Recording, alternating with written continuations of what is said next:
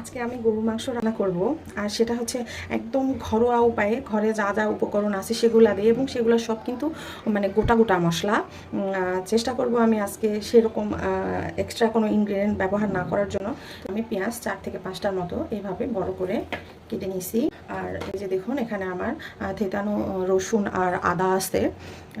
মাংসের পরিমাণ আমার এখানে 1 কেজির মতো মাংস হবে, বা তার একটু বেশি হতে পারে। এই জন্য কিন্তু আমি সেই অনুযায়ী বড় একটা রসুন আমি থেতো করে নিয়েছি, আর সাথে কিছুটা আদাও থেতো করে নিয়েছি আমি দিয়ে দিলাম। আর আমি এখানে যা যা নিয়েছি, শুকনো মরিচ, দারুচিনি, তেজপাতা 2টা, তারপরে 2টা কালো এলাচ আর 4-5টার মতো সাদা এলাচ থেতো করে নিয়েছি। তারপর গোটা জিরা, আমি গোটা জিরা ব্যবহার করবো আজকে, জিরা গুঁড়া ব্যবহার করব না। আর এখানে আমার লবঙ্গ আর গোলমরিচ আছে কালো, এগুলো একটাও আমি কিন্তু মানে গুঁড়া করব না, আমি সব আস্তে আস্তে ব্যবহার করব। দিয়ে দিলাম আমার জয়ফল জয়ত্রীর গুঁড়া, আমি এতগুলো ব্যবহার করব না। আমি এখানে হাফ চা চামচের অর্ধেক ব্যবহার করব, কারণ বেশি দিলে একটা ফ্লেভার আসে, স্ট্রং ফ্লেভার, যেটা খাওয়া যায় না।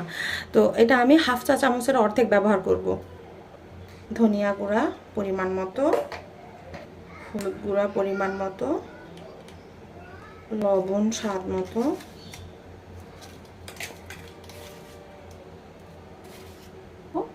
সরিষার তেল পরিমাণ মতো দিয়ে আমি এটা কিন্তু খুব ভালো করে মাখায় নিব।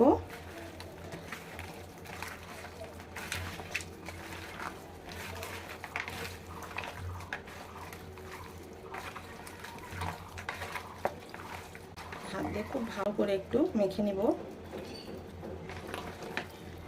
যেহেতু হাড় আছে সেহেতু সাবধানে করতে হবে, নাহলে হাতে লেগে যেতে পারে। আমার তো এই কাজটা প্রায় হয়। তো যাই হোক, আমার মোটামুটি মাখানো শেষ। আমি এই মাংসটাকে নর্মাল ফ্রিজে 1.5 থেকে 2 ঘন্টার জন্য আমি মানে মিনিমাম ম্যারিনেশনের জন্য রেখে দিব। তারপরে আমি এটা রান্না করব। আমি মাংসটা ফ্রিজ থেকে বের করে আনলাম প্রায় 2 ঘন্টা পর। এটা আপনারা 2 থেকে 3 ঘন্টা ম্যারিনেট যদি করেন, তাহলে এটা এত পারফেক্ট একটা টেস্ট পাবেন আপনারা যে বুঝতেই পারবেন না যে এটা সব মানে গোটা মশলা দিয়ে করা হয়েছে আর কি। তবে এটার আলাদা একটা স্বাদ আছে। তাহলে চলেন আমি এখন রান্নায় চলে যাই। মাংসটা দিয়ে দিলাম। চুলার জাল আমি আপাতত মিডিয়ামে রাখবো, পরে এটা আমি হাই করে দেব। ঢেকে দিলাম, এটা রান্না হতে থাক। খুব সুন্দর কিন্তু একটা স্মেল আসতেছে। এখন আমি নেড়ে দেব।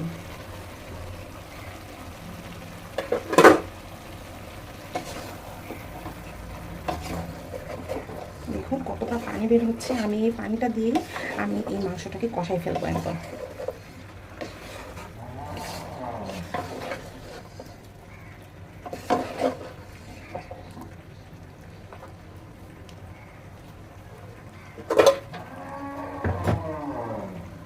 হয়তো 3-4 মিনিট পর ঢাকনা খুলে আবার একটু নেড়ে দিব। আমি দেখাচ্ছি আপনাদেরকে পানি ছাড়াই কতক্ষণ আমি কষে নিতে পারি আর কি।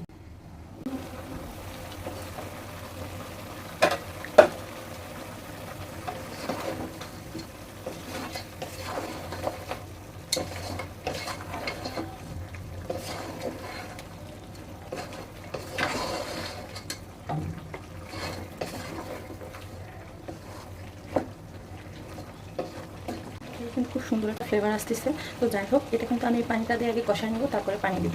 গরম পানি ব্যবহার করবো। মাংস কতটা পানি ছেড়ে দিছে, এই আপনার হচ্ছে চুলার জালটা মিডিয়ামে রাখার কারণে। অবশ্যই মিডিয়ামে রাখবেন, রেখে আগে যতটা পানি আসতে বের করে নিয়ে সেই পানি দিয়ে কষাতে থাকবেন, কষাতে কষাতে যতদূর যায় আর কি। আমি কিন্তু এখনও অবধি কোনো গুঁড়া মরিচ দিইনি, কারণ আমি শুকনা মরিচ দিচ্ছি মানে এটার আলাদা একটা টেস্ট আনার জন্য।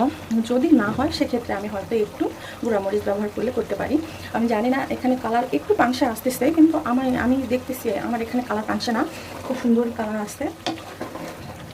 আর আপনারা যদি গুঁড়ামরিচ পছন্দ না, মানে শুকনা মরিচটা যদি না খেতে চান, সেক্ষেত্রে আপনারা গুঁড়ামরিচটা ব্যবহার করতে পারেন। তবে এখানে গুঁড়ামরিচ ব্যবহার না করার কারণ শুকনো মরিচের একটা টেস্ট আসছে। তাহলে চলেন হতে থাকুক এভাবে।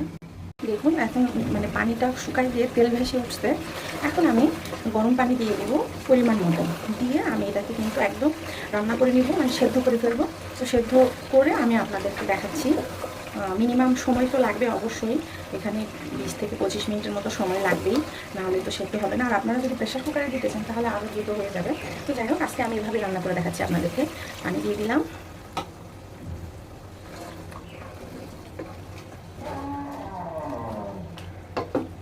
এইভাবে আমি পানি দিয়ে দিয়ে এটাকে সিদ্ধ করে রান্না করে ফেলবো। তো আমি ফিরে আসছি মোটামুটি সিদ্ধ হওয়ার পরে।